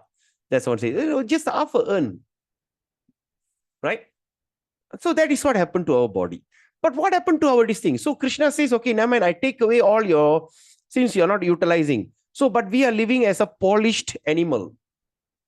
Animal eat, sleep, mate, and defend. The animal sleep, we also sleep. The animal mate to create children, puppies, it mating. We also do mating. The animal eat, mate, defend. It protects the child, defends. We also defend. The animals also defend, we also defend. Eat, sleep. Animal sleep, the dog sleeps, we also sleep. The dog sleep on the sea, but we sleep on a nice mattress. Right? Slumberland. We sleep so nicely. So what is the difference? But we are considered as a polished animal. We are not utilizing our sixth sense. So what happened? So when that situation happened, so this is okay, never mind. You still want to live like a polished animal. You are not utilizing sixth sense. I take it back. So now you go back to the five senses. That means you go back to the animal kingdom. 5, 4, 3, 2, whatever things you like. So what they decide is, out of your 5 senses given to you, sense of touch, smell, hear, or whatever it is, what is your favorite? What is your favorite sense? What is the favorite knowledge acquiring senses? What is your favorite object of your senses? You will get according the next body. Example, the person who simply loves to swim like lifeguard, they dedicate the whole life in the river, in the distinct swim. So next birth, they'll become a fish. And the person who simply loves to sleep, slumberland, sleep, they'll turn into a polar bear. Example, this is an example. When a person who loves to eat a lot and all this, as I said just now, they take the animal according to that sense that you like the most, you will get the body. What happened to the person who loves to have sex? So uncontrolled sex. Terrible stress, uncontrolled. He's always sexual minded. It's uncontrolled. The body they're going to take is pigeon, because pigeon will have sex every 5 minutes interval, 10 minutes. Right? Their job is to, that's why you see that pigeon population is also considered like big headache. It go on procreating. Right? So that's the thing. So the living entity is forced to behave according to the body given to the material nature. So now, once we accept a certain kind of body, okay, once we have accept certain kind of body, the living entity is forced to behave in that body. Example, the mind will adjust our behavior. So once we are here, let me say example, when we take a form of a dog. So what happened? We have a different type of ears. We have a different types of eyes. We have our nose, our sense of distance. So we will act accordingly. We cannot speak ABC, or we cannot speak English or Tamil or whatever. We only can bark. All right. At the same time, when you take a form of a pig, right? When we look at the stool, we call it as delight. Sometimes a human being use shit there, but the pig will go and eat that stool. So we have to force to behave according to the body given by material nature. Right? So this is the story of Indra. Indra is Lord of Heaven. Indra was living in incognito because there was a demon want to kill him. All right. And Indra knows he cannot. So Indra was thinking of hiding himself. He went and hide. He was thinking all the thing. He knows the demon will never come to the level of pigs to look for them. So what happened? Indra took the form of a pig. All right. Indra took the form of pig to hide. After that, after he took a form of a pig, he started to have tea, and he had thousands, hundreds of piglets, because the pig will one shot deliver 20, 30 piglets. So he was having a nice piglet, eating stool, happily eating shit, very having good life, all this, and just, you see, after his term is over, then after the demon has been taken care, all the other devas came looking for Indra. Where is Indra? And somehow they found out Indra is sitting in the form of a pig. And he came and told Indra, come on, come out from this body, oh Indra. Come and take back your kingdom of heaven. whatever that demon that you see has been killed and all this, please come back. But Indra refused to come. I said, no, you come, Indra. No, I'm very happily staying in the form of a pig, enjoying stool, having sex, having a lot of piglets, right? So Indra refused to listen until they need to tell him, remind him. That's when he started to realize, then he went. So imagine, in any form of body that we get into, we will become so convinced with our situation, and we feel that situation is so, pleasurable and comfortable, and we refuse to give it up. Okay, so this is what the material nature will do it. All right. Sometimes the animal living in so abominable situation, we take the animal, try to kill, the fellow will protest. Don't kill. I don't want to give up this body. I love this body. I love this environment. Don't kill me. Right? So like that. So that is ignorance. So even Indra like that. So that's why when we are put into a different type of body, we need to act accordingly. We are given a different types of ears, different type of nose, different type of tongue. Human tongue is only 6 inches, but dog tongue is 12 inches. Right? So we have given different types of varieties, and we are forced into that, and somehow or other we convinced, we start to live life like that. Just sometimes when you see the eagle egg suddenly fell into a chicken den, all the chicken will start to give heat, and the egg hatch. The baby eagle thinks, oh, I am a chicken. It'll go on with that fellow chicken and try to scratch the thing and eat worms. When you look up at the sky, when you look at the eagle, you say, wow, look at that eagle. But he's forgotten that he's actually an eagle. Right? It's like that. 1323. Upadrastanumantacha Bharta Bhokta Maheshwara Paramatmeti Chapyukto Dehismin Purusha Para. Yet in this body, there's another, a transcendental enjoyer. So that means in this body, the body that we're living, there is another who is a transcendental enjoyer, who is the Lord, the supreme proprietor, who exists as the overseer and permitter, and who is known as Supersoul. That means when we are living in this body, we are here, there's another person who lives with us, which is called the Supersoul, who is the overseer and permitter. He allows you. Okay, analogy is just like this. See, one parrot is enjoying eating the berry, another parrot simply watching it. So the parrot is called Paramatma, living within us, seeing all our activity. So whatever things that we want to do is actually permitted or approved by him. Even that we want to have illicit sex, we want to go on. When you see the photo here, it's a form that a guy wants to rape a woman. Right? So where that thing comes, even he had the desire, it's all permitted by the Supreme Personality in the heart as Super Soul. Because he said, what do you want? I give you. That's why we must be. But when you have taken but once you agree, once you state, I want Krishna and I just want to go back to him, what he will do? He will prepare all opportunity for you that get rid of all these other material things so that you can go back home, back to Godhead. All right. So this is the prayers of fetus in the womb. Jantu prayer. Srimad Bhagavatam chapter 3, text 31. All right. So now the time is, okay, the time is 9. Okay. Is it okay if we overshoot a bit longer? Is it okay?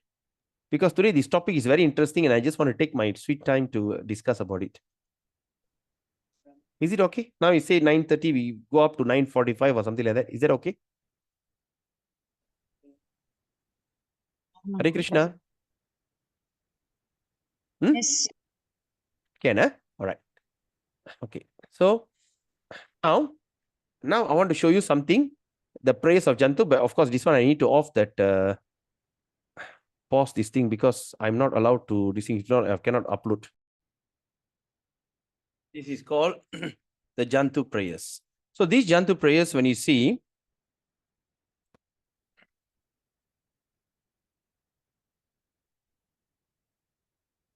all right. So this is the prayers of the fetus in the womb. Jantu prayers, Srimad Bhagavatam, Canto 3, 3, text 31, right? In the Canto 3, chapter 31, right? So when you look at this prayer, Jantu prayers, all right, it has been mentioned around 5,000 years before. When Srimad Bhagavatam was composed, see how the fetus happen and what are the agony and suffering that this living entity goes through before comes out to this world. So Srimad Bhagavatam 331, beaten again and again all over the body by the hungry worms in the abdomen itself. What is that hungry worms? See, when the father ejaculate millions of sperms, only one will turn into a fetus, the others will turn into worms. All right. Hungry worms in the abdomen is that the child suffers terrible agony because of his tenderness. He thus becomes unconscious moment after moment because of the terrible condition. The child thus remaining just like a bird in a cage without freedom of movement. At that time, if the child is fortunate, he can remember all the troubles past 100 births. And he grieves wretchedly. What is the possible of peace of the mind in that condition? Think about it. The human soul says, I take shelter at the lotus feet of the Supreme Personality of Godhead, who appears in his various eternal forms and walks on the surface of the world. I take shelter of him only because he can give me relief from fear, and from him I have received this condition of life, which is just befitting my impious activity. Okay. All right. So now let's look at this. All right. So question 1. Okay. What is Prakriti? Prakriti means material nature. What is Purusha? Purusha means enjoyer of material nature. Kshetra. Kshetra means body. Kshetranya means soul and the super soul. Jnanam is knowledge. Understanding Kshetra and Kshetra. That means to understand soul and super soul is called knowledge. Jneyam, object of the knowledge. And what is that? The object of the knowledge is soul and the super soul. 26. Anye tvevam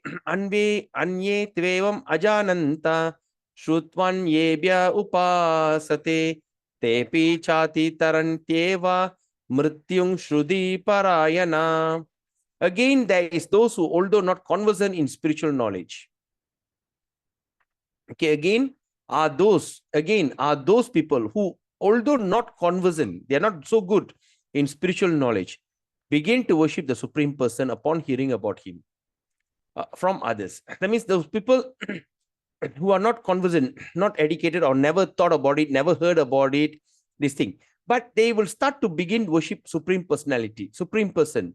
How? Upon hearing about him from others. When you start to hear about him, they start to worship him because of their tendency to hear from authorities. So that's a tendency to hear from authorities. They also transcend the path of birth and death, right? When the authorized person come and give and we listen, and when you start to have change in heart, you worship that Supreme Person, all right? And these are the people also transcend. They also pass through the path of birth and death, all right? All right, there's another short story here. The story of cobbler and Brahmana.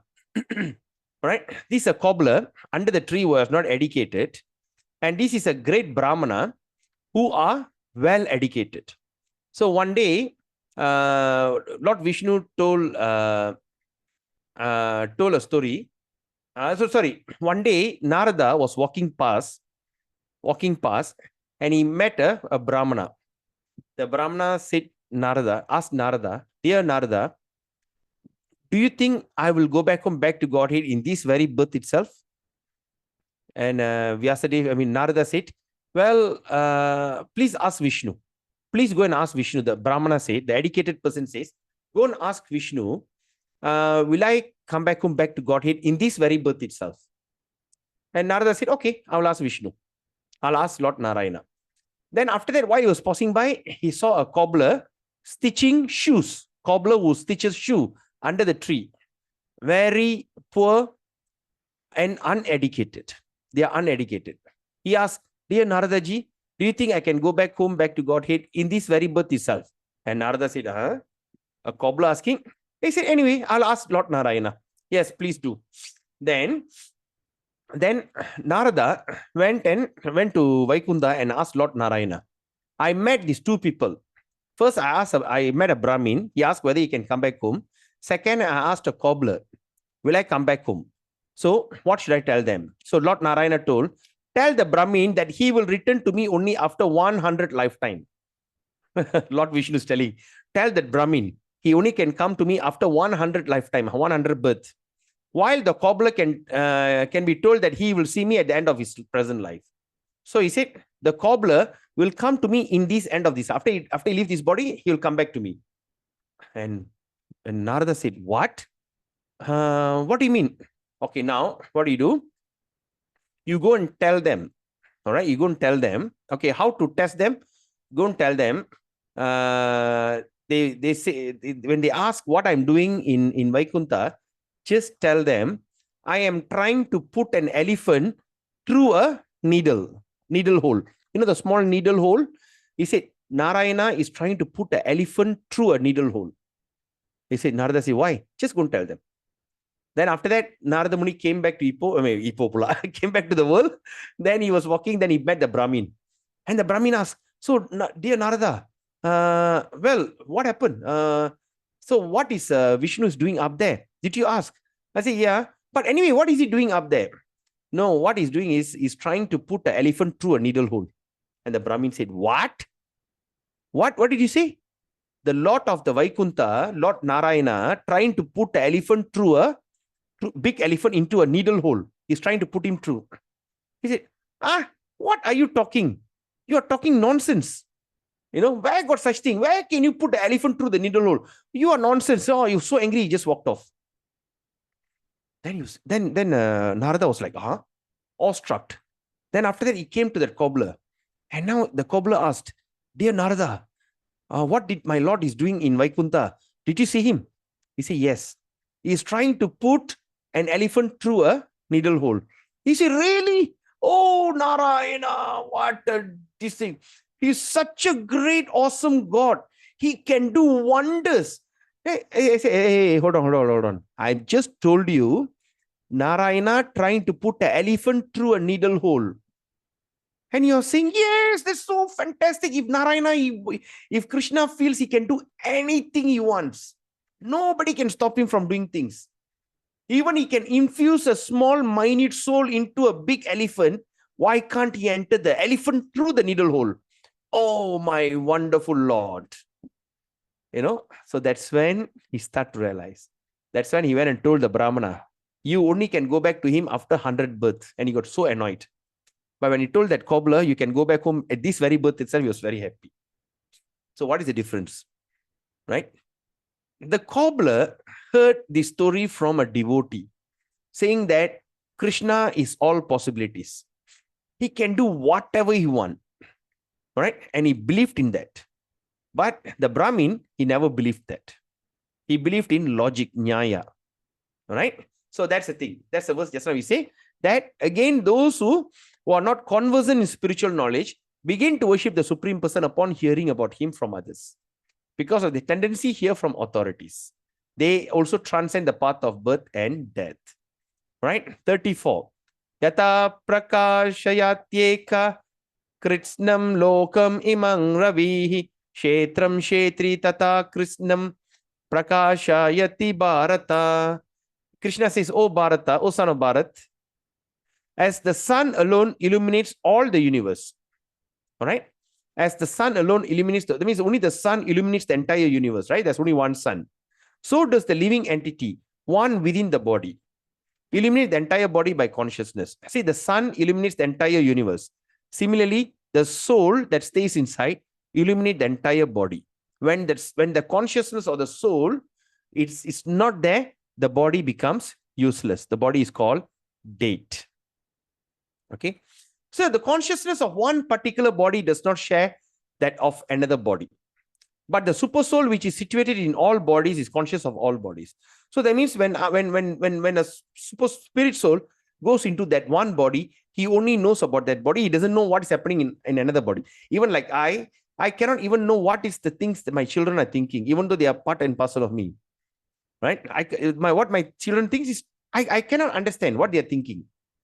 Right? Because I only know about myself. I don't even know what is in my children. Right? Example. But the super soul, that means the Paramatma who lives in every body, he understands everything. He's conscious of all bodies. So he knows everybody. Okay? So the last verse, Kshetra Kshetrajnayor evam antaram jnana chakshusha bhuta prakritir mokshancha ye viduryanti te param. Those who see with eyes of knowledge the difference between the body and the knower of the body, and can also understand the process of liberation from the bondage of material nature, attain to that supreme goal. So what he says, those who see with the eyes of knowledge. That means once we understand, we studied Bhagavad Gita, we chant Hare Krishna, we acquiring knowledge. All right. Once we see everything with the eyes of knowledge. From now onwards, what we can practice is, we are not superstitious and we are not worried about anything else. Because we start to see things with knowledge. Like a day yesterday or day before yesterday, when Mataji asked about Amavasya, right? Which I say, I don't believe in that. Why? I'm not speculating and I'm not a fanatic. I'm just saying based on what Bhagavad Gita says. I'm very convinced with Bhagavad Gita. And I'm very convinced with the chanting of the holy name. When I know these two things there, I do not need to believe anything beyond that. Right? So when we start to see things with eyes of knowledge, the difference, you see, start to see the difference between the body and the knower of the body. That means between the body and the soul. The knower of the body means the soul, the consciousness. Right? And also can understand the process of liberation. Now I understand the process of getting liberated. That means the process of not going to be born again into another womb, not to get into another womb of a mother. Right? They know the process of liberation from bondage. Okay? So these are the people attains the supreme goal. We are not the body. We are spiritual beings trapped in the body. Our real interest lies in understanding the simple fact. Isn't that very simple? Please snapshot this slide. Those who have camera or this thing, please snapshot. Take a photo of this and keep it. Right? Always think about it. Ponder over this. What it says very simple. We are not the body. We are a spiritual being trapped in the body. So when we understand, and once we start to think that we are the body, we have so much of issues. We have issues with relationship. We have issues with hatred. We have issues with black magics. We have issue with betrayal. We have issue with this. We have issue with so much of issues through this bodily relationship. But when we start to believe that we are not this body, all right, imagine the amount of peace of mind. Whatever things happen to you or to me, I just take it. This is because of my connection of this body to that object. And I'm suffering. But I am not this body. Because if you're going to lemon, you're going to sit and cry, or you're going to look at it in a very enthusiastic way, it is not going to make any difference. Right? So it's not going to make any difference. So we are the spiritual being trapped in the body. And our real interest lies in understanding this simple fact. Srimad Bhagavatam, Canto 2, Chapter 7, Canto 2, Chapter 7, Text 15, Purport. Srila Prabhupada, founder Acharya of ISKCON. So now in Krishna Namastakam, verse 6, Jayavachyam vachakam ityudeti bhavato nama swarupadhyayam purvasmat param eva hanta karunam tatrapi janimahe yastasmin vihita parada nivaha prani samantad bhavet asyenedam upasya sopihi sadanandam buddhau majjati. What he says here? Oh, holy name, you are manifestation in form, in two forms. There is a prayer to the holy name in Krishna Namastakam, verse 6. Oh, holy name, you are manifested in two forms. That means the holy name is manifest, it has two forms. The supreme person described by the, number one, the supreme person described by the holy name, and number two, the sound vibration of the holy name. We know that the second form is even more merciful than the first. Do you understand? Okay, let me highlight this to you. Right? Krishna has two forms. Number one is, the first one is the supreme person described in the holy name. That means the person, holy name. The person, that means Krishna. Second is the sound vibration. Right? There's two forms, two aspects. Okay? So what it's mentioned here is, okay, he says that of these two, we know that the second form, that means the holy name, You know that the holy name. yes, okay. Now he says, the sound vibration, we know that the sound vibration, or we call it the second form, right? Second form is even more merciful. That means what?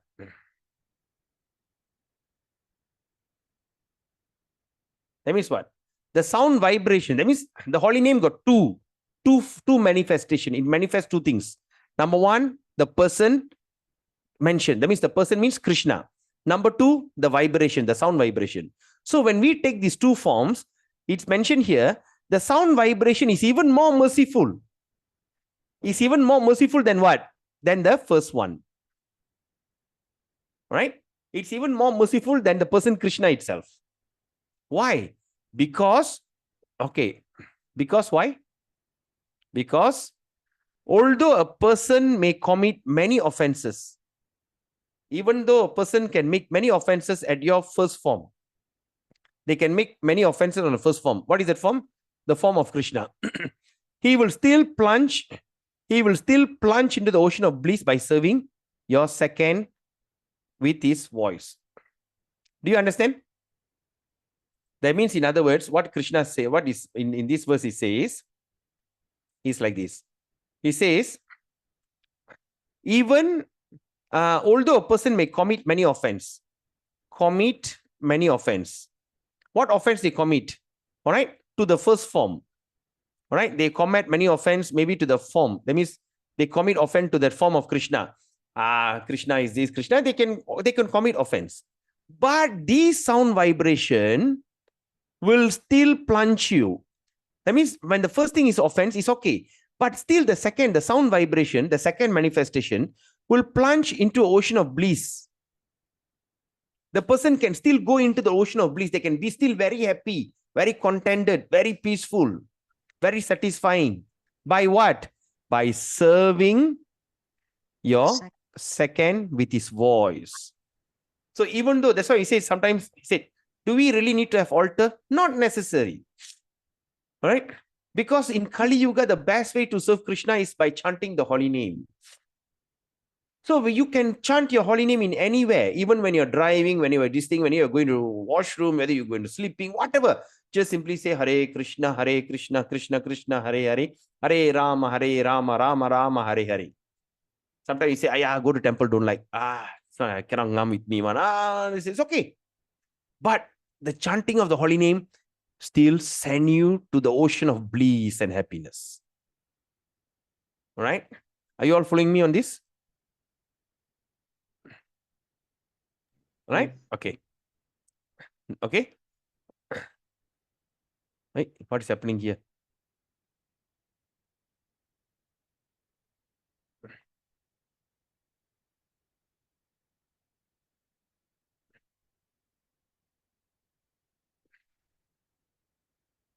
Why suddenly jump to? Okay, that's the last.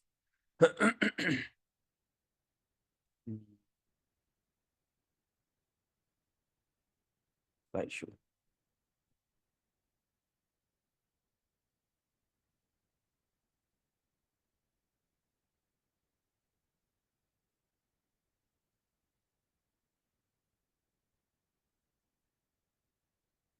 Okay, so this is the last slide. So I think others all, I don't know why, when I said the things all going haywire. Anyway, so this is the last slide. So with this, we end the session today. So now we open to questions. Is there any questions, any comment?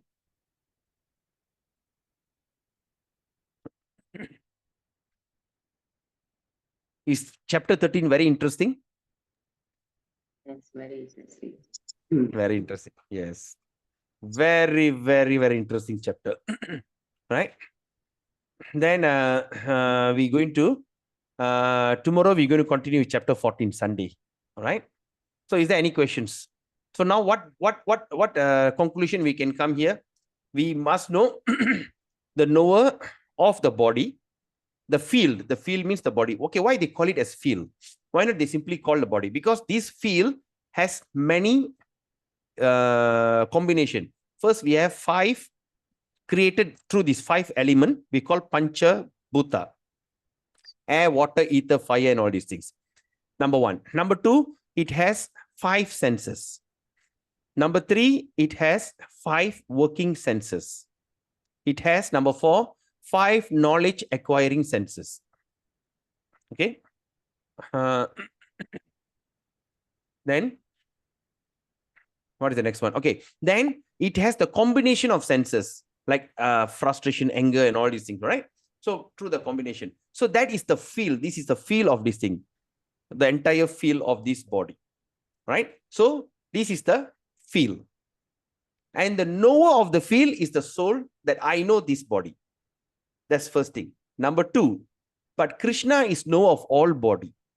He not only know me, but he knows everything. Example, just like tenant and the landlord. The landlord knows all the property, but I as a tenant, I only know this one particular property. Right? So it's like that. So that means we know this one property, and okay. Then other than that, we understood that. Then we also understood that Paramatma. Right? From Shirodakshaya Vishnu, there's 3 elements. Number 1 is that one who controls, maintains everything. That is the form of Vishnu, the 3 Murti. Second is the one who pervades everywhere. And number 3 is the one who lives in the heart as Paramatma. Then after that, we understood, even though all these Vishnus looks divided, but they still are one. Okay, what example I gave? Just like a fire, we see one source of fire. From that fire, we take, I use a candle, and through that source of fire, I create thousands of candles. Even there's thousands of candles were taken, the fire were taken from this particular source. All that fire still remain the same. All right, it is not that this fire is one fire and this fire is extended fire. No, all the fire, even though the flame, I from one flame I created another 1,000 flame, but all the flames are still equal, the same. Right? Then after that, we also understand the most important takeaway in this chapter. Even when a person understands this subject matter through an authorized person, he immediately will take this seriously and practice, and eventually he can go back home, back to Godhead. The example is the cobbler and the Brahmana. The Brahmana never believed Krishna can do wonders. But the cobbler was simple-minded. He says, when that Krishna can even enter into that elephant body, even this thing, all big giant things, all he created, why can't he enter the elephant through a needle? You know? Then, of course, we also studied about the Jantu prayers. How terrible, how horrifying. We are going into different body according to the mode of nature that we acquire. All right, the example that we saw here is only the body of a human being. What happens if we accidentally enter into the body of a dog, cat, or any other living entities? Right? It can be really terrible and horrible. Okay? So with this reflection, is there any questions, any comment before we end the session? All right. So if there's no questions and no comment, we meet again tomorrow at 7:30 p.m. and we're going to continue our discussion on chapter 14, which is going to be even more exciting. Right? So till then, please accept my humble obeisances. All glories to Srila Prabhupada. Vancha kalpatarubhyascha kripa sindhubhyevacha paditanam pavenebhyo vaishnavibhyo namo namah. Hare Krishna. Good night. And for Hari Bol. Prahlad Prabhu, good morning. Thank From you, Tobago. Prabhu. Thank you. Hari Bol. Gauranga. Hare Krishna. Don't forget the class starts. Yeah. Shortly, yes. Hare Krishna.